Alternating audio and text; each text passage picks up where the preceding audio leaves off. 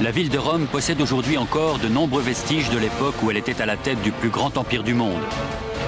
Le Colisée, le Forum, le Panthéon. Mais la ville antique ne se résume pas à ses monuments impériaux. Il existait aussi une autre Rome, celle des gens du peuple. Elle n'a peut-être pas été jugée digne d'être préservée, mais elle est toujours là, enfouie sous les pavés de la capitale de l'Italie moderne. Wow, j'ai l'impression de me promener en plein IIe siècle. Qu'il s'agisse de ce temple souterrain, jadis fréquenté par une mystérieuse secte païenne, cette stèle a 1700 ans au moins. Elle est remarquablement conservée. De ce stade, entièrement recouvert par les pavés de la célèbre Piazza Navona, nombre d'entre eux étaient contraints de se prostituer pour survivre. Qui sait ce qui se passait sous ces arcades? Ou encore de la première caserne de pompiers, construite par des esclaves et aujourd'hui située sous cette maison. C'est incroyable, c'est un vrai monde souterrain. Une ville entière est cachée sous la ville moderne, oubliée sous la terre et les gravats accumulés depuis près de 2000 ans. En remontant le temps, couche par couche, nous vous proposons d'aller à la rencontre de l'Empire enfoui de Rome.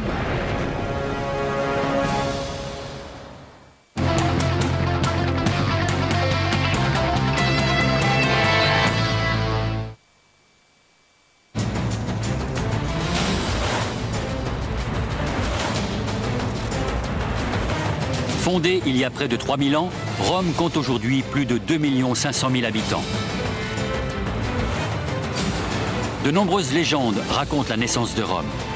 La vérité historique se trouve quelque part dans les profondeurs de la ville.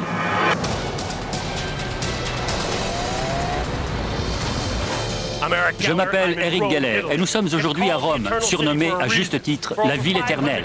Pendant plus de 500 ans, c'est d'ici qu'a été gouverné le plus grand et le plus puissant empire d'Occident. Partout se dressent les vestiges des palais des puissants, de leurs stades et de leurs temples. Mais ce n'est que la partie émergée de l'iceberg.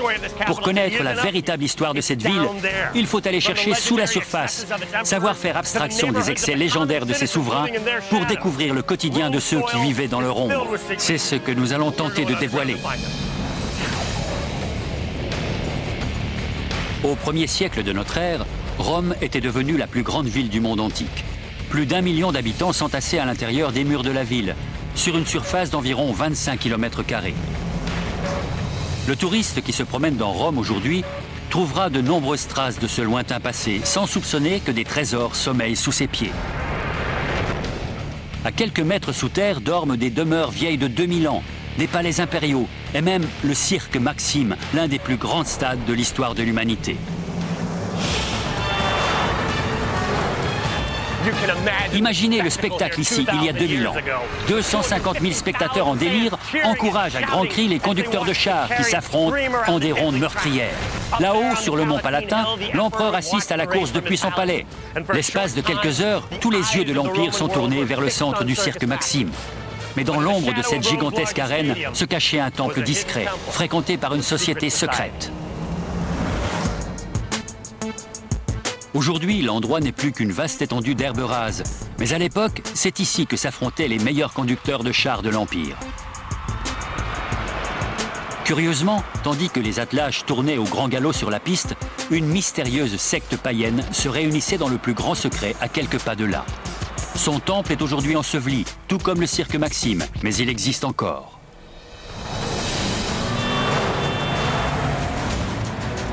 Katie? Oui. Katie, par là, connaît très bien les vestiges souterrains de Rome.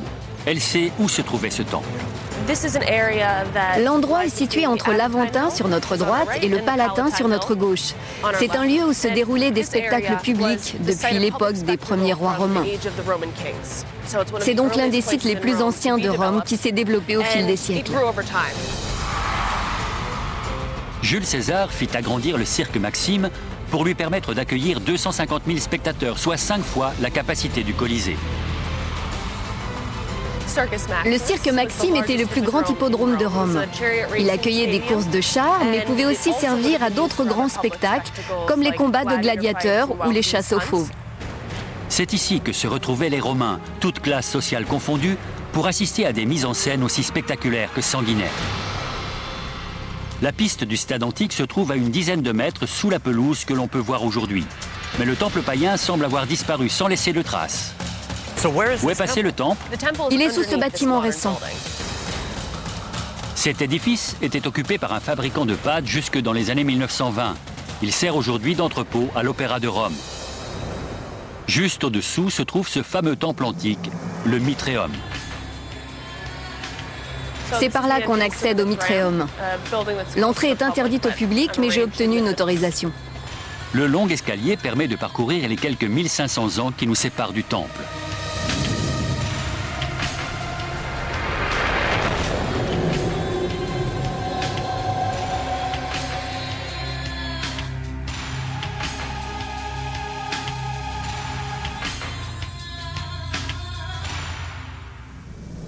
Ce lieu était consacré à un culte dont on sait peu de choses.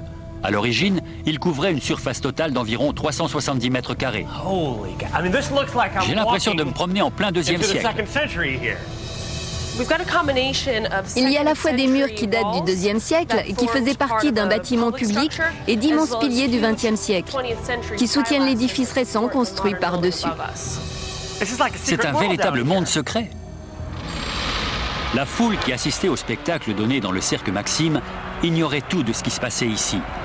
Les adeptes du culte de Mithra se réunissaient secrètement dans ce temple pour pratiquer leur religion loin des regards. Que savons-nous au juste de cette secte païenne? Avant la conversion officielle de Rome au christianisme, différents cultes païens avaient cours dans l'Empire. Mais alors que les dieux romains étaient honorés dans des sanctuaires publics richement décorés, le culte de Mithra était pratiqué dans le plus grand secret. Les nouveaux adeptes étaient initiés par les autres et l'absence de tout texte écrit ne fait qu'accroître le mystère qui plane autour de cette religion. Venu d'Orient, le mithraïsme est probablement originaire de Perse, d'où il s'est progressivement répandu en Grèce, puis dans l'Empire romain. Le dieu Mithra étant né, selon la légende, dans une caverne, les temples qui lui étaient voués étaient généralement sombres, sans fenêtres et voûtés pour refléter l'événement. Ce temple était constitué de 5 pièces qui mesuraient chacune environ 10 mètres sur 4. On ressent vraiment l'atmosphère des lieux. Il y a encore tous les détails. On n'a pas besoin d'imaginer les choses, on les voit. Un élément en particulier a traversé les siècles, inaltéré. Cet ex-voto est certainement l'objet le plus important qui soit parvenu jusqu'à nous. Il s'agit d'une stèle offerte au dieu Mithra par l'un de ses adorateurs. C'est ce que nous dit l'inscription qui figure en haut de ce bas-relief. Ce marbre représente le dieu Mithra sacrifiant un taureau. Ce bas-relief a au moins 1700 ans et il est dans un état de conservation incroyable. Les adeptes du mithraïsme considéraient le taureau comme un animal noble. C'était la plus belle offrande qu'ils pouvaient faire à leur dieu. Le sacrifice du taureau est certainement l'un des aspects les plus intéressants du culte de Mithra. On le retrouve dans de nombreuses représentations et dans la quasi-totalité des sanctuaires qui ont été mis au jour. Il est représenté partout, mais on imagine mal que l'on ait pu amener un vrai taureau dans un endroit comme celui-ci qui pouvait accueillir au maximum une quarantaine de personnes. On pense donc que le sacrifice du taureau n'était pas réellement accompli, mais qu'il était plutôt perçu comme un acte symbolique. Une chose reste cependant surprenante. Pourquoi les adorateurs de Mithra ont-ils choisi de construire leur temple secret juste à côté d'un des lieux les plus fréquentés de Rome? C'est difficile à dire. Les Auriges qui s'affrontaient dans l'arène étaient peut-être eux-mêmes des adeptes du culte de Mithra. Nous savons qu'à l'époque, Rome comptait des centaines de sanctuaires dédiés à Mithra. On a retrouvé les vestiges de temples consacrés au mithraïsme aux 4 coins de ce qui fut l'Empire romain. Cela pourrait indiquer que ce culte s'est répandu grâce aux soldats romains, séduits par les valeurs de courage et d'honneur véhiculées par le mithraïsme. Les premiers adeptes du culte de Mithra étaient très souvent des militaires, ce qui paraît logique, dans la mesure où, vers le début de notre ère, les légionnaires des armées romaines ont beaucoup été en contact avec le royaume des Parthes, qui correspond à l'Iran et à l'Irak actuel. Bien que la religion mithraïste reste très mal connue, nous disposons d'un certain nombre d'éléments sur la construction de ce Mitréum. Si la statuaire paraît particulièrement raffinée, le bâtiment lui-même semble avoir été fait de briques et de broc. Ces blocs de marbre et de granit sont de différentes provenances, très souvent des matériaux de récupération. Même au niveau de l'autel, on voit bien que l'inscription que portait cette pierre a été coupée pour installer un piédestal. C'est du recyclage? Tout ça, c'est de la récup? Exactement. Tandis que la foule s'enthousiasmait pour les affrontements sanglants qui se déroulaient dans le cirque, les adorateurs de Mithra aménageaient leur temple avec des matériaux de fortune. Une construction à petit budget qui a pourtant traversé le temps et tient toujours debout 17 siècles plus tard. On peut cependant se demander comment ces vieilles pierres peuvent aujourd'hui soutenir l'entrepôt de 5 étages qui se trouve au-dessus. C'est un poids énorme. Je n'imagine même pas combien de tonnes ces murs du IIe siècle doivent supporter. C'est vrai, mais regardez l'épaisseur des murs. C'est une construction extrêmement massive. Les matériaux sont très denses et il n'y a aucun risque que les 4 ou 5 étages construits au-dessus s'écroulent. C'est étonnant, ce bâtiment moderne construit sur un temple du IIe siècle. L'histoire présentée comme un millefeuille, c'est fou. Des lieux secrets comme ce Mitréum, la Rome antique en possédait un nombre incalculable. Cela fait à peu près 200 ans que Rome est un vaste champ de fouilles, mais on continue à trouver de nouveaux trésors. Nous devrions finir par mettre au jour plus de 90% de la ville antique enfouie sous la ville moderne, mais c'est un processus qui durera sûrement encore des siècles. Pour l'instant, seuls 10% des sous-sols de la capitale italienne ont été explorés. Sous les trottoirs se cachent encore de nombreux vestiges de la splendeur de la Rome impériale. Sous les rues de la Rome contemporaine se cache une ville dont on ne parle pas dans les livres d'histoire. Une ville qui garde encore les traces des atrocités qui y étaient commises et témoigne de ce qu'était la vie quotidienne du commun des mortels.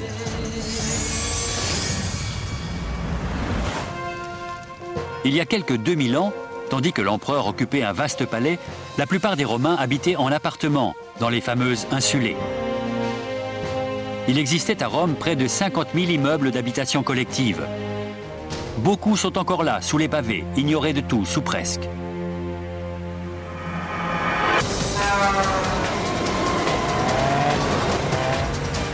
Olivia Ercoli est guide. Elle a bien voulu nous montrer les vestiges de l'un de ces immeubles antiques. Olivia ? Bonjour. Bonjour Olivia, merci d'être venue. C'est un plaisir. Pourquoi sommes-nous dans une librairie ? C'est une librairie très spéciale, car elle est construite sur des ruines romaines. Le magasin est en effet situé au-dessus des vestiges d'un immeuble d'appartements du début de notre ère, baptisé Vicus Caprarius. Le quartier est aujourd'hui essentiellement composé de bâtiments qui datent du Moyen Âge, dont les fondations s'appuient sur des vestiges de l'Antiquité. Ces maisons sont de quelle époque ? Les plus anciennes datent du XIIIe ou du XIVe siècle. 13e ou 14e ? Olivia va nous faire découvrir un site souterrain qui est occupé depuis 2000 ans.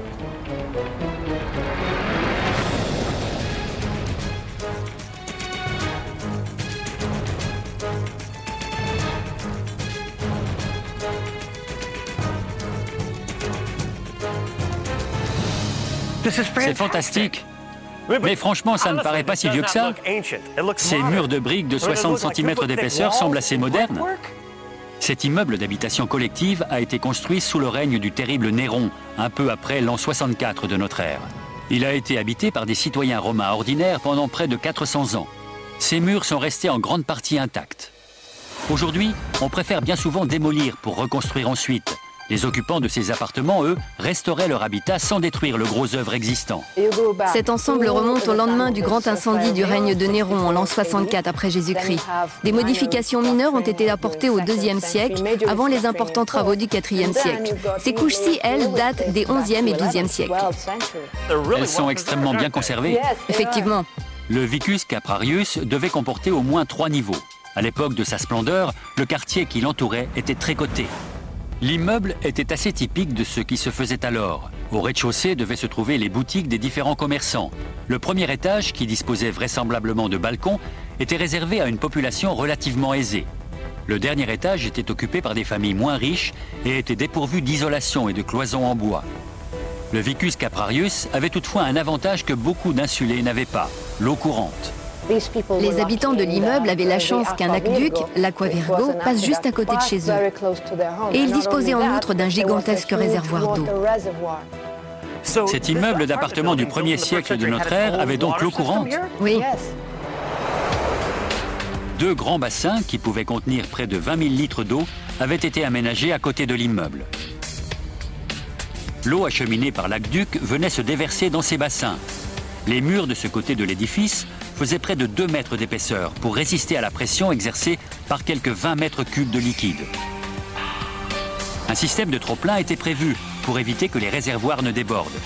Un parfait exemple de la maîtrise de l'eau atteinte par les ingénieurs romains. On voit ici la frontière entre les deux constructions. Ici, vous avez le réservoir, la citerne ou le château d'eau du complexe, et ici, le mur de l'immeuble. Elles sont de la même époque. La maçonnerie est similaire, non? Oui, tout à fait. Elle est postérieure au grand incendie de l'an 64. Ces murs sont d'une telle solidité qu'ils ont survécu à 4 siècles d'occupation des lieux, avant de servir de fondation à des bâtiments du Moyen-Âge.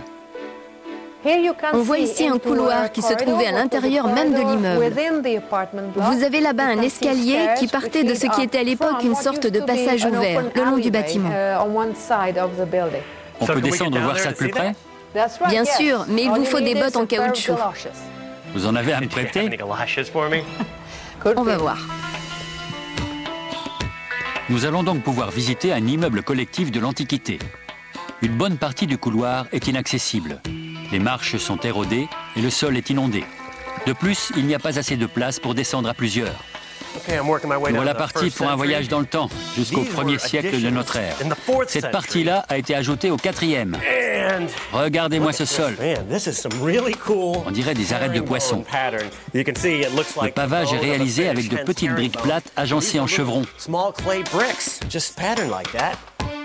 On imagine assez facilement à quoi devaient ressembler les appartements des Romains de la classe moyenne qui vivaient ici. De l'autre côté, on aperçoit les escaliers. Le plafond est entièrement voûté. L'escalier est lui aussi construit sur le principe de la voûte romaine. Un autre escalier descendait de l'autre côté. Ça a été rajouté au 4e siècle. C'est très élaboré, décoré même. Les nouveaux occupants du 4e siècle ont adapté l'immeuble à leurs besoins. Ils étaient peut-être aussi plus aisés, ils avaient plus d'argent et ont décidé de refaire la déco. Les appartements étaient même dotés de certains éléments de confort moderne. Je me trouve maintenant dans les toilettes. Il y avait probablement un petit rebord, une espèce de petit caisson ensaillé sur le mur. On devait se mettre comme ça. Il devait y avoir un trou en bas et ça descendait directement. Et voilà le travail. Après être allé aux latrines, on venait se laver les mains ici. On distingue une canalisation d'évacuation en terre cuite dans le fond. Ça doit être connecté au même collecteur que celui des toilettes. C'est vraiment génial. On trouvait donc à l'époque, en plein centre de Rome, des appartements qui ressemblaient à bien des égards à ceux que nous habitons aujourd'hui. Les citernes, les canalisations et les méthodes utilisées témoignent d'un niveau d'ingénierie très avancé qui, dans le reste du monde antique, était habituellement l'apanage des princes. Pourtant, au moment de sa construction, cet immeuble devait paraître bien modeste comparé au palais de celui qui régnait alors sur Rome, l'empereur Néron. Ce dernier est souvent accusé d'avoir lui-même allumé l'incendie qui allait ravager en 64 les 2 tiers de la ville parce qu'il avait besoin de place pour agrandir sa propre demeure. L'incendie démarra au sud-est du cirque Maxime et ne tarda pas à gagner les quartiers populaires qui entouraient le mont Palatin. Le feu brûla pendant 6 jours et réduisit en cendres près de 70% de la ville.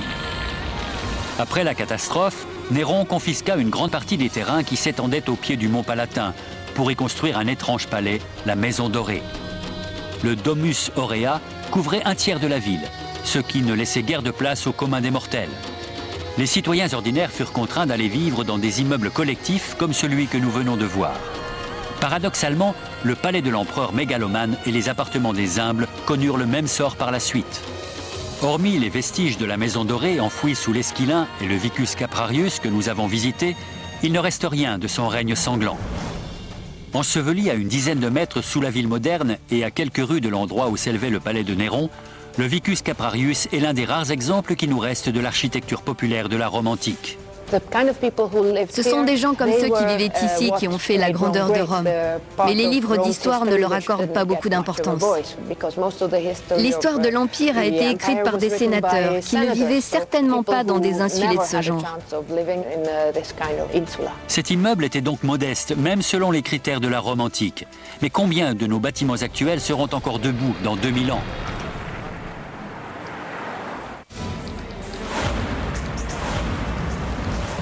Si vous venez à Rome, il faut que vous alliez voir la Piazza Navona. Ce rectangle de plus de 400 mètres de long est bordé de restaurants et de boutiques qui attirent des milliers de badauds. Mais ce n'est rien par rapport à ce qu'il y avait ici avant. Si on descend de quelques mètres sous terre, on constate que l'endroit était jadis occupé par un monument dont l'empereur était très fier. Les souverains de Rome savaient que pour satisfaire le peuple, ils devaient lui assurer en permanence du pain et des jeux. Offrir des spectacles grandioses était une façon de garder le pouvoir dans une société impitoyable. Le 11e empereur, Domitien, fit ainsi édifier un stade portant son nom, qui fut terminé en l'an 86. Utilisé par plusieurs de ses successeurs, le bâtiment tomba ensuite progressivement en ruine. Au XVe siècle, à une époque où les bulldozers n'existaient pas, les Romains aménagèrent une vaste place sur les décombres.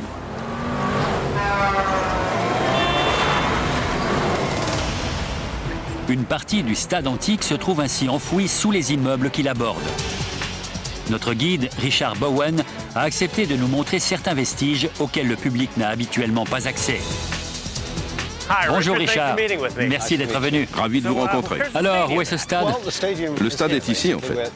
Nous sommes sur la Piazza Navona et sous nos pieds se trouve l'ancien stade construit par Domitien à la fin du 1er siècle de notre ère. Nous avons un stade sous les pieds? Nous avons un stade sous les pieds. Lui-même grand amateur de sport, Domitien fréquentait régulièrement le Colisée et le Cirque Maxime. Mais il voulait doter sa ville d'un stade plus petit, qui serait consacré à des épreuves d'athlétisme inspirées des Grecs. La forme de la place épouse plus ou moins celle qu'avait le stade. Les tribunes devaient être par là? Oui, elles pouvaient accueillir environ 30 000 spectateurs. Quand on regarde la fontaine de Neptune qui orne la place aujourd'hui, on a du mal à imaginer la passion qui a dû animer ces lieux pendant des siècles. Mais dans un angle de la Piazza Navona, une surprise nous attend. C'est ça? Oui, un fragment du stade de Domitien. Les archéologues pensent qu'il s'agit probablement d'une des entrées principales. Et là, ce sont des appartements? C'est un immeuble d'habitation qui a été construit après les années 1930. Et une grande partie du quartier a été démolie entre 1936 et 1938 pour aménager un boulevard. Heureusement, les urbanistes ont décidé de conserver à la place la forme qu'elle avait depuis 2000 ans. C'est typique de Rome, il suffit de changer de rue pour se retrouver 20 siècles en arrière. C'est vrai. Comme je vous l'ai dit, c'est comme s'il y avait une ville fantôme sous nos pieds, prête à ressurgir à chaque coin de rue. Si certains éléments du stade sont encore visibles à la surface, c'est sous terre, loin de l'animation de la place, qu'il faut aller chercher la plupart des vestiges. Nous remontons jusqu'à la fin du 1er siècle après Jésus-Christ.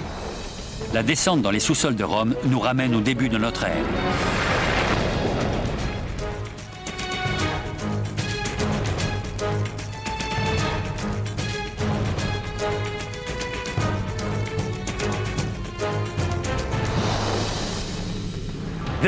C'est immense. C'est comme si on pénétrait dans un autre monde. Vous pouvez voir ici les restes d'un bâtiment qui devait avoir à peu près la même disposition que le Colisée tel que nous le connaissons. Pas aussi haut. Il devait faire les 2/3 de la hauteur du Colisée. Mais un stade, un vrai. Le stade de Domitien faisait environ 300 mètres de long, sur une soixantaine de large, sur 2 niveaux. Il pouvait accueillir 30 000 spectateurs. Rome comptait à l'époque 1 million d'habitants et les jeux du cirque occupaient une place importante dans leur vie. On a l'impression que le stade vient à peine de se vider. Lorsque Domitien fit construire cet imposant monument, témoin de sa puissance, il ne se doutait pas que près de 2000 ans plus tard, il se retrouverait enfoui sous les pavés de l'une des places les plus fréquentées de Rome. La place se trouve 7 mètres plus haut. Oui. Et on entrait dans le stade de Domitien par cette porte majestueuse. Nous, peut-être pas. Nous n'aurions pas été assez importants pour cela. Mais nous serions certainement entrés par l'une de ces portes là-bas avant de gagner nos sièges sur les gradins. La grande porte du centre du stade était réservée aux sénateurs de Rome et aux riches commerçants. Le peuple devait emprunter les portes latérales. Les places dans les tribunes étaient attribuées en fonction du rang et de la classe sociale. L'empereur occupait bien sûr la meilleure. Domitien devait se trouver vers le milieu du terrain. Il possédait très certainement sa propre loge. En première ligne pour assister au coup d'envoi. Exactement. À l'époque, c'était un peu comme aujourd'hui. Il y avait les places bon marché, les tribunes réservées, la loge royale ou présidentielle. Tout à fait. Certaines choses sont immuables. Et comme autour des grands stades modernes, une foule de marchands ambulants vendait des souvenirs, à boire et à manger. Tandis que dans l'ombre des arcades avaient lieu d'autres transactions plus sordides. Il y avait un petit nombre de personnes extrêmement riches et beaucoup de gens très très pauvres.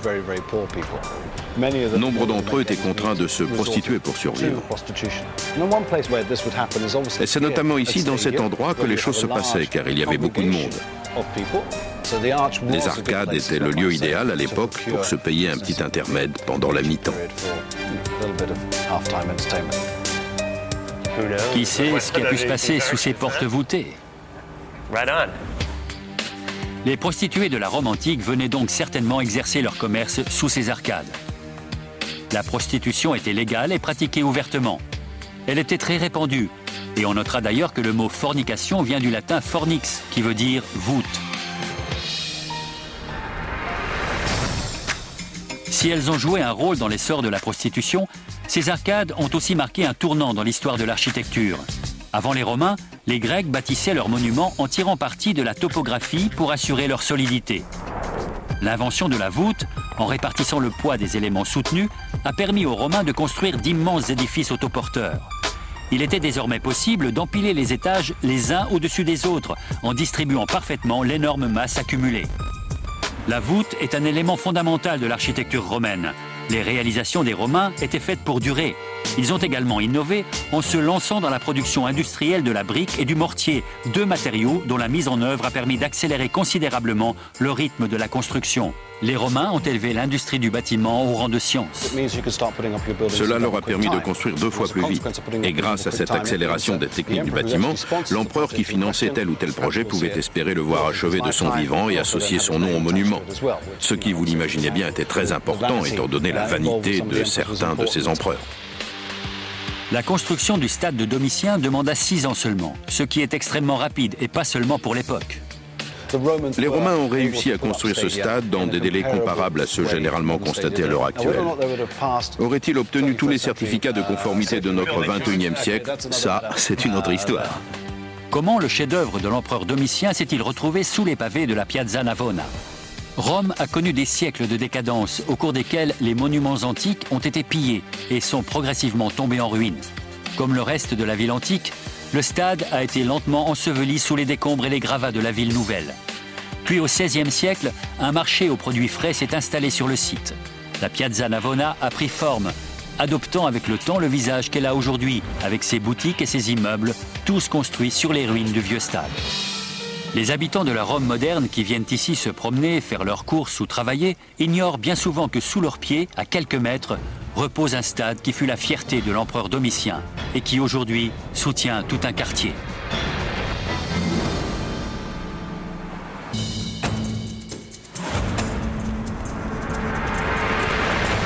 L'Empire romain a atteint son extension géographique maximale sous le règne de Trajan. Il couvrait alors environ 6 millions de kilomètres carrés. Les succès militaires ont entraîné un afflux de richesses que l'empereur a investi dans la construction d'un nouveau forum dont la pièce maîtresse était une imposante basilique de marbre, de bronze et d'or. Le forum de Trajan est aujourd'hui en grande partie exhumé. Mais où est passée la basilique ?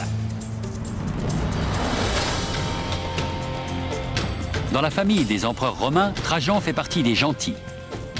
Le Sénat l'avait d'ailleurs crédité de l'épithète Optimus, le meilleur, en signe de reconnaissance. Comme nombre de ses prédécesseurs, il a tenu à laisser les traces de son passage à Rome. Mais plutôt que de faire construire de luxueux palais pour les riches, il a doté la ville d'infrastructures au service des gens du peuple, les véritables bâtisseurs de l'Empire. Édifices publics, bains ou stades, destinés à améliorer le quotidien de tous les Romains.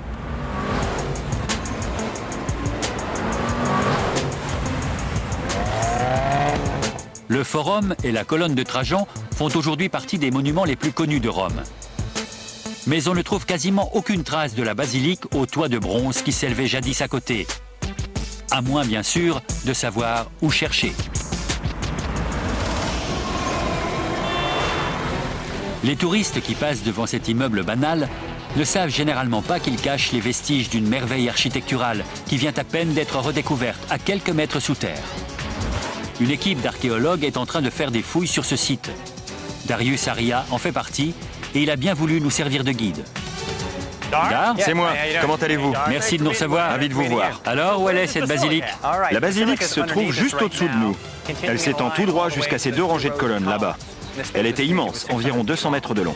Elle allait presque jusqu'au monument de Victor Emmanuel II. On a du mal à imaginer qu'une basilique antique de plusieurs centaines de mètres de long est enterrée sous cette rue. Il s'agissait en fait d'un imposant complexe regroupant les services de l'administration impériale et ceux de la justice. C'était le centre administratif d'un empire de 60 millions d'habitants qui s'étendait alors des îles britanniques jusqu'au golfe Persique. Il y a quelques années, la famille Fendi, l'un des grands noms de la mode italienne, a fait l'acquisition d'un palais datant de la Renaissance, situé à 2 pas de la colonne de Trajan, en plein centre de Rome. Ce palais, converti en centre d'exposition, est aussi une antichambre qui mène à l'an 113 de notre ère. Nous sommes actuellement dans les locaux de la Fondation Fendi. Tout le monde sait que le sous-sol de Rome est truffé de vestiges de l'Antiquité. Il suffit de creuser pour les trouver. Ici, quand on a creusé, on est tombé sur quelque chose d'extraordinaire.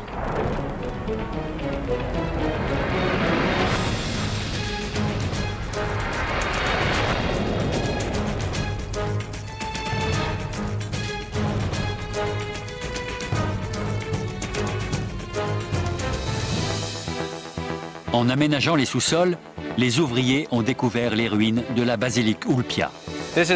On aimerait trouver ça dans sa propre cave. C'est dingue. Qui s'attendrait à voir une colonne comme celle-ci dans les sous-sols du palais Fendi? Effectivement. C'est un vrai trésor caché. Absolument. Quand je pense que le forum est juste au-dessus et que personne ne sait que cet endroit existe, caché au fond d'une cave. Cet imposant édifice faisait partie d'un gigantesque ensemble terminé en l'an 113 qui comprenait aussi le forum, la colonne de Trajan et une statue monumentale de l'empereur en bronze qui a disparu au Moyen-Âge. Ce complexe était à la fois la vitrine de la puissance de Trajan et la manifestation de sa sagesse. Il a fait construire tout cela pour le peuple. Le tribunal, par exemple, incarnait la grandeur de Rome, de ses lois, et était un instrument de gouvernance. Les gens venaient ici pour régler leurs problèmes juridiques, faire leurs courses dans les échoppes voisines ou simplement se promener.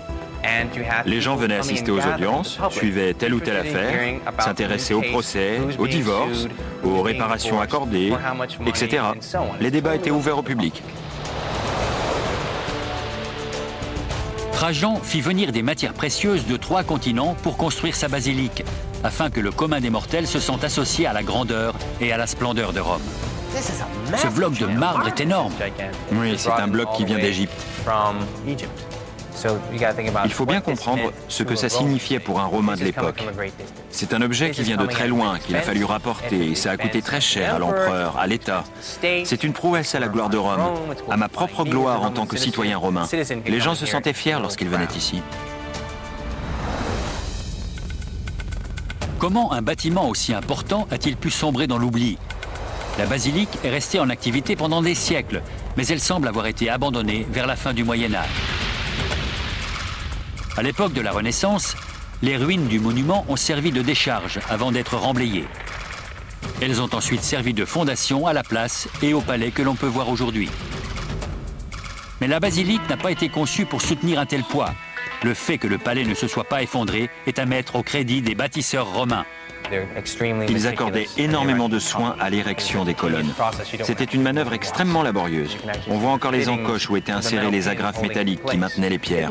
Ça paraît plus petit, on distingue bien les rainures. Oui, les éléments étaient ensuite soudés. Ils inséraient des agrafes métalliques qui étaient maintenues en place avec du plomb fondu. Le plomb imperméabilisait l'emplacement où se trouvait l'agrafe, qui sinon aurait rouillé et se serait rompu, ce qui aurait compromis la stabilité de la colonne. En 2004, les responsables du chantier se sont trouvés confrontés à un véritable dilemme. Comment transformer ce palais Renaissance en un centre d'exposition moderne sans compromettre les vestiges de la basilique antique? Ils se sont finalement inspirés de leurs glorieux prédécesseurs en érigeant des piliers modernes aux emplacements exacts où se trouvaient les anciennes colonnes, dont les bases ont servi de fondation aux nouvelles structures. La différence, c'est qu'elles ne soutiennent plus le plafond de la basilique de Trajan, mais le sol d'une ville du XXIe siècle. C'est un véritable hommage au génie romain que d'avoir utilisé des colonnes, même si ce sont des colonnes modernes. Le même principe sert aujourd'hui à soutenir la place et ce bâtiment moderne. Tout à fait. Dans la pratique, ils ont dû avoir recours à des moyens modernes pour soutenir la masse considérable qui se trouve au-dessus. Quand on regarde ces piliers, on voit tout de suite qu'ils sont très récents. Mais en même temps, ils donnent une idée de ce qui existait ici jadis, à savoir des colonnes alignées à l'intérieur de la basilique.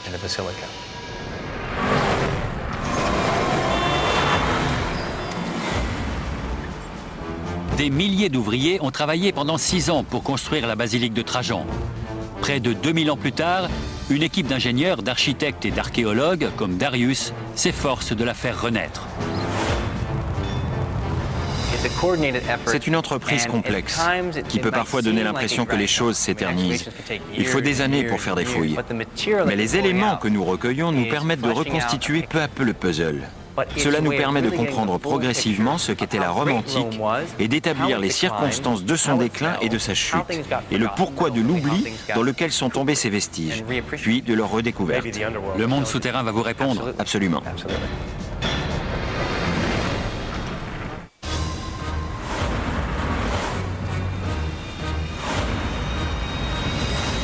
Les grandes villes modernes connaissent des problèmes de pollution, de criminalité, de sécurité en général. La Rome antique n'était pas épargnée. Lorsque l'empereur Auguste s'est rendu compte que la situation devenait intolérable, il a pris le taureau par les cornes. Il a fait nettoyer le fleuve et construire des routes et des aqueducs. Et il a créé l'une des premières brigades de sapeurs-pompiers.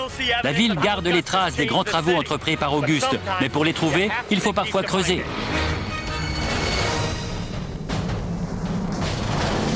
Lorsqu'Auguste, qui allait devenir le premier empereur romain, est arrivé au pouvoir, en l'an 27 avant notre ère, la République était en pleine déconfiture et sa capitale à la dérive. Il a repris les choses en main et s'est mis en devoir de reconstruire la ville en mettant à contribution les esclaves et les affranchis.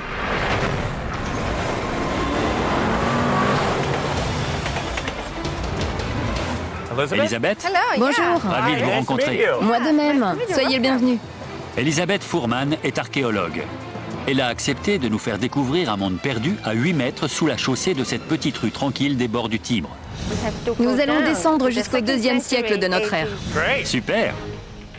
Sous cet immeuble moderne, au bout d'un escalier mal éclairé, se trouve l'une des plus anciennes casernes de pompiers du monde.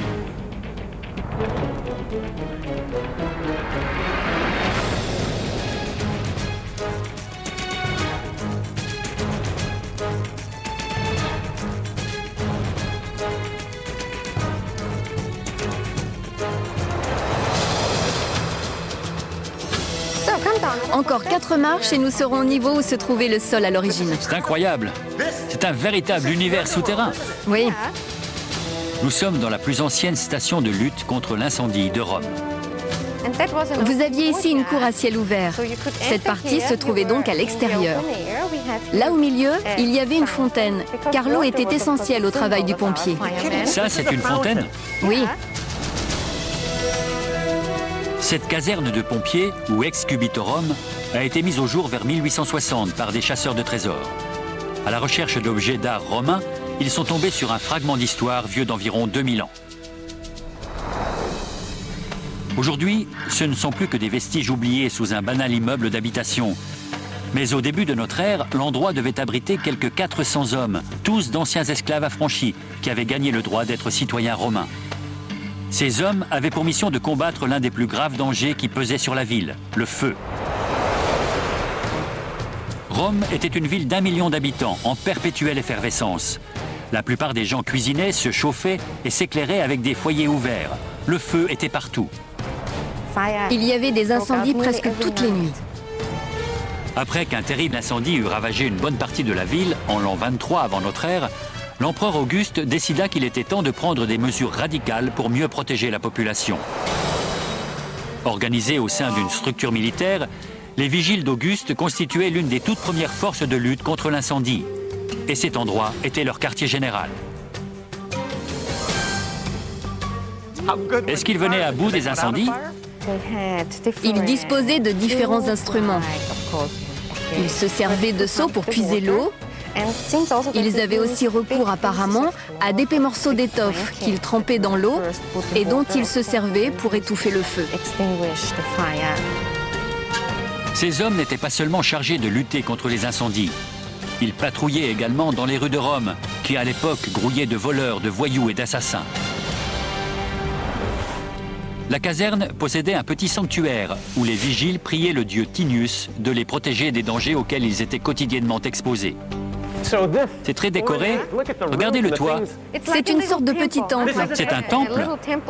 L'architecture s'en rapproche, mais en modèle réduit. Cette partie de l'édifice était ouverte au public. Quand on entrait, on voyait tout de suite que ces hommes avaient pour mission de protéger et de surveiller la ville. On comprenait tout de suite leur fonction, leur raison d'être. Le spectacle devait être extraordinaire. Mais l'endroit est abandonné dès le milieu du IIIe siècle. Au Moyen-Âge, les ruines de la caserne serviront de fondation à de nouvelles constructions. Ici, c'est de la brique, là, des pierres et de la chaux. Pourquoi? Lorsque le site a été exhumé, on a évacué la terre. Comme on craignait que certains des murs ne s'écroulent, on les a renforcés. Il faut bien voir que l'immeuble moderne par lequel nous sommes entrés repose sur ces murs millénaires. De la vieille caserne de la Rome antique à l'immeuble moderne, chaque génération a construit sur les ruines de la précédente. Ce faisant, elles se sont toutes appuyées sur les murs du premier édifice, au besoin en les renforçant, préservant ainsi les vestiges de l'Empire disparu. Ainsi, avant que Néron ne fasse régner la terreur et que Trajan ne décide de partager avec le peuple un peu de la grandeur de Rome, Auguste, le premier empereur, avait trouvé le moyen d'asseoir son pouvoir. En luttant contre les incendies et la criminalité, il savait qu'il gagnerait les faveurs du peuple. Cette caserne vieille de 17 siècles témoigne aujourd'hui de ce que fut son œuvre. Cet endroit apporte un éclairage unique sur ce qu'était la vie quotidienne des Romains ordinaires et sur le fonctionnement de la ville impériale. Mais qui aujourd'hui en connaît l'existence? Ce n'est qu'un petit morceau du puzzle, mais c'est grâce à des sites comme celui-ci que nous arrivons à reconstruire peu à peu ce qu'était la cité antique. Un monde à part entière dort sous les rues de Rome. Chaque découverte livre sa moisson de secrets. Qu'il s'agisse de bâtiments publics comme cette caserne ou de luxueux palais, chaque empereur a contribué à sa manière à l'édification du plus grand empire du monde occidental. Dans toute l'histoire de l'humanité, Rome est certainement la ville qui a eu le plus d'influence sur le monde. Une ville construite par des esclaves et des hommes libres, à la gloire d'empereurs dont la grandeur n'avait d'égal que l'ambition. Préserver cet héritage extraordinaire est certainement le plus grand défi qui se pose aux Romains d'aujourd'hui, soucieux d'imprimer la marque de leur époque sur la ville éternelle.